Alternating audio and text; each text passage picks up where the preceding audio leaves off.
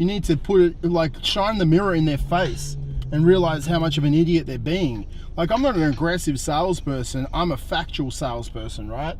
So if you want to lie to yourself and say you don't have the time to buy this course that's going to help you grow your business, but instead you're spending it going on webinars with free information, then I'll tell you, you clearly do have the time and you don't actually value your time, because if you did value your time, then you would you'd hire a mentor and you would cut down all the bullshit, because it actually minimizes the time to get you success. So if I gave you an extra $2,000 a week and you could pay someone to do the shit that actually is causing you not to have time, then would you have more time?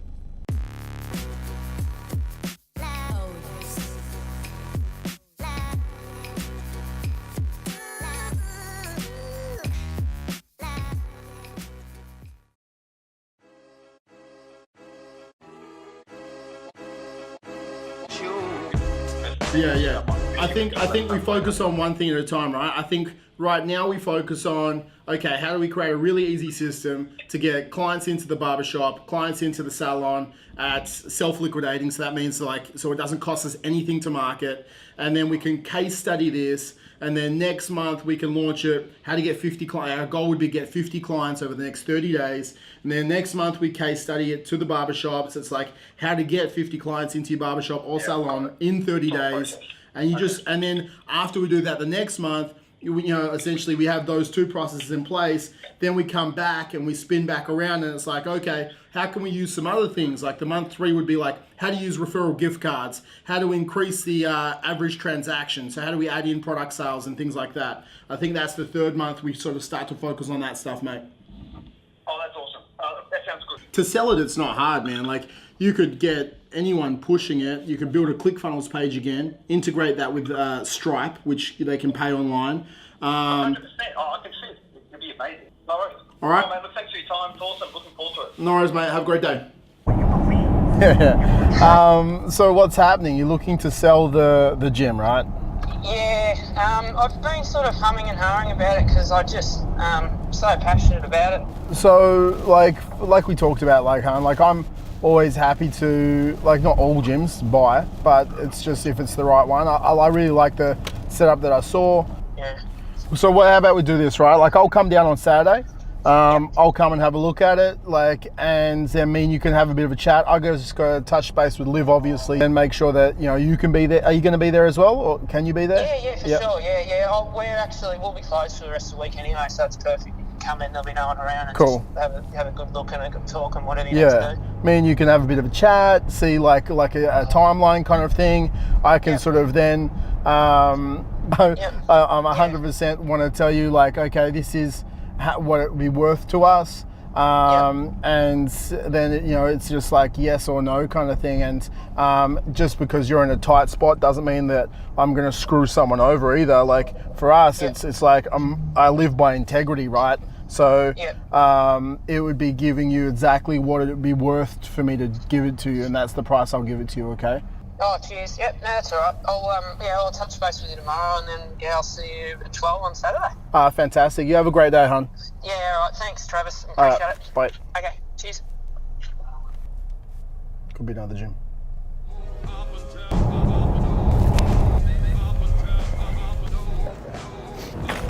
G'day, buddy. Travis. Nice to meet you, man. Yeah, you too. So you're looking to try and get rid of it soon? With the right people come along. Strength and conditioning. RBT is a strength and conditioning transformation gym, right? Same thing. We started because we wanted to try and change people's lives. Yeah. Right. It's not just losing fat; it's increasing confidence, making them happy. Like you said, man. People who felt like they couldn't do it, and they feel like they go to a normal gym and they're just a number. We want to give them a name. Exactly. And actually make them believe in themselves again. Yeah. That's what we started RBT for. Yeah. So we just I appreciate CrossFit and the community that it builds. That's what I appreciate at CrossFit. Yeah. But we're a strength and conditioning gym at heart, right? So we have 3 levels where we have a movement-based level, which is just sort of bodyweight kettlebell sandbag. Then we have a level 2, which is a strength and conditioning, so it's similar to CrossFit. So we have a strength movement for 20 minutes and a conditioning movement for 20-25 minutes, right? Metcon style. And then we have our level 3, which is strength and hypertrophy. So, you know, essentially for that, we periodize their nutrition and their training, and they get hypertrophy blocks and strength blocks. So so you put the rig down this side, move the turf. So then the turf, that's transformation training, because then you can have another 2 racks, bays on it. That goes there. 2 more bays on the rig, turf splits it, and then 28 days, semi-private. So everything fits. I think like you take that bench out from here and you can use this space more and put it like in there. Cool. Awesome, brother. Easy, man. Talk later. See you, mate.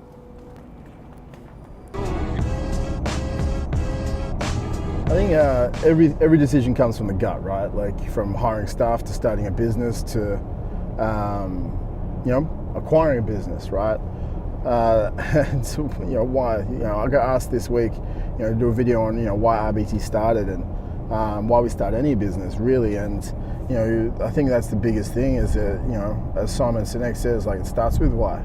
It's like, you know, why did you want to do it? And well, RBT was like, I was a personal trainer. I was changing 40 people's lives. I had a capacity of only changing 40 people's lives. And I was like, I want to change more lives than this. Like I'm put here on this earth to change more than fucking 40 people's lives at a time. So I was like, fuck, I need to open RBT. And I saw people coming into, you know, the Fitness First I was working at, you know, worked at 15 Fitness First and a couple of clubs overseas. And, you know, people just go in, they're a number. They just don't get results. The whole reason why they wanted to join up was for happiness and confidence and change their body and all that sort of stuff, and they're just going through like Groundhog Day, like not getting anywhere.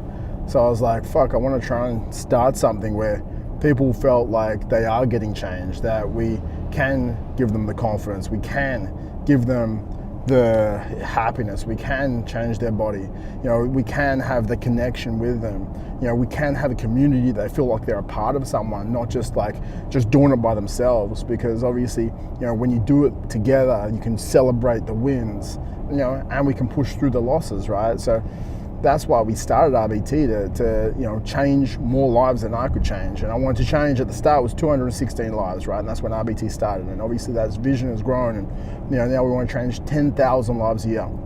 Like that's the vision. Like that's why RBT. Like we want to say RBT changed my life because 10,000 people a year. I'm like, okay, what do we need to do that? Well, we need 40 clubs. Okay, like that's the whole reason why we need 40 clubs, because I need to change 10,000 lives a year. And we have this why that just drives us. And it's like, okay, well, you know, why did we essentially build partnerships? And it's like, okay, well, one, we wanted to get to the 40 clubs and change the 10,000 lives faster.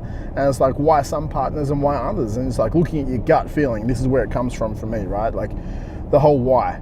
I was like, well, why do you want to do RBT? And if someone said something about fucking money, I would say no. And I get asked weekly about starting an RBT with someone. Like, oh, I want to make some money. Yeah. I was like, fuck off. Like, it's not, if you want to make money, it's not why. It's like, I want to change lives. I want to be a part of something that, you know, is about changing Australia, changing the world, making people healthier, making people happier, part of the community. I want to leave an imprint and a legacy with you, with RBT. It's like, fuck, okay, come on board, right? And that's the same as hiring trainers, right? Hiring the coaches. It's like, okay, you can tell. It's like a gut feeling when we hire people as well, right? I don't care about people's fucking education. I don't care how many certificates you did. I don't care about anything, right? Like someone comes in, you can see if it's about them, it's about their ego, it's about their significance, right? And it's like, you're not going to fit for RBT, right? I don't care if you have 1 million qualifications. It's like, why'd you become a trainer? It's like, why do you want to do this? And if you want to, because you want to contribute, you want to grow, and you want to actually change lives, and you don't care if you got paid on a Saturday morning, you'd still be there. Like, for sure, we're going to pay you to be there, but like, if this is your passion and your purpose, fuck, I don't care about your education. Come on in, right? Because we can give you all the education in the world, but I can't give you passion, right? And that's where that gut feeling comes in, right? And it's the same as when you walk into a club, like, you know, looking at acquiring different clubs at the moment. You can walk in there and it's just like decisions, they sometimes need to be made logically, right? But, okay, I'm not going to open up a gym when there's no one around it, but you can walk in and it's like, this place has a feel. I can feel this can be an RBT. And And when you feel something, if you're weighing up between two clubs, the one that feels better is the one you go with, because like that's the driver. Your heart. The heart is the driver behind business. If you don't have the heart, it's all based on logical fucking things.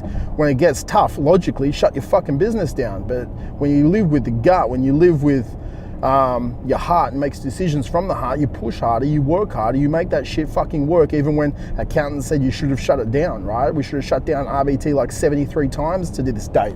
But because we live by our gut and because we trust our heart, we sometimes logically don't make the right decisions, but we make the right decisions for the company because we know what our why is. And I think that's the biggest thing you have to understand with business is understand your why and understand you make decisions from the heart first and then from the fucking head, not the other way around.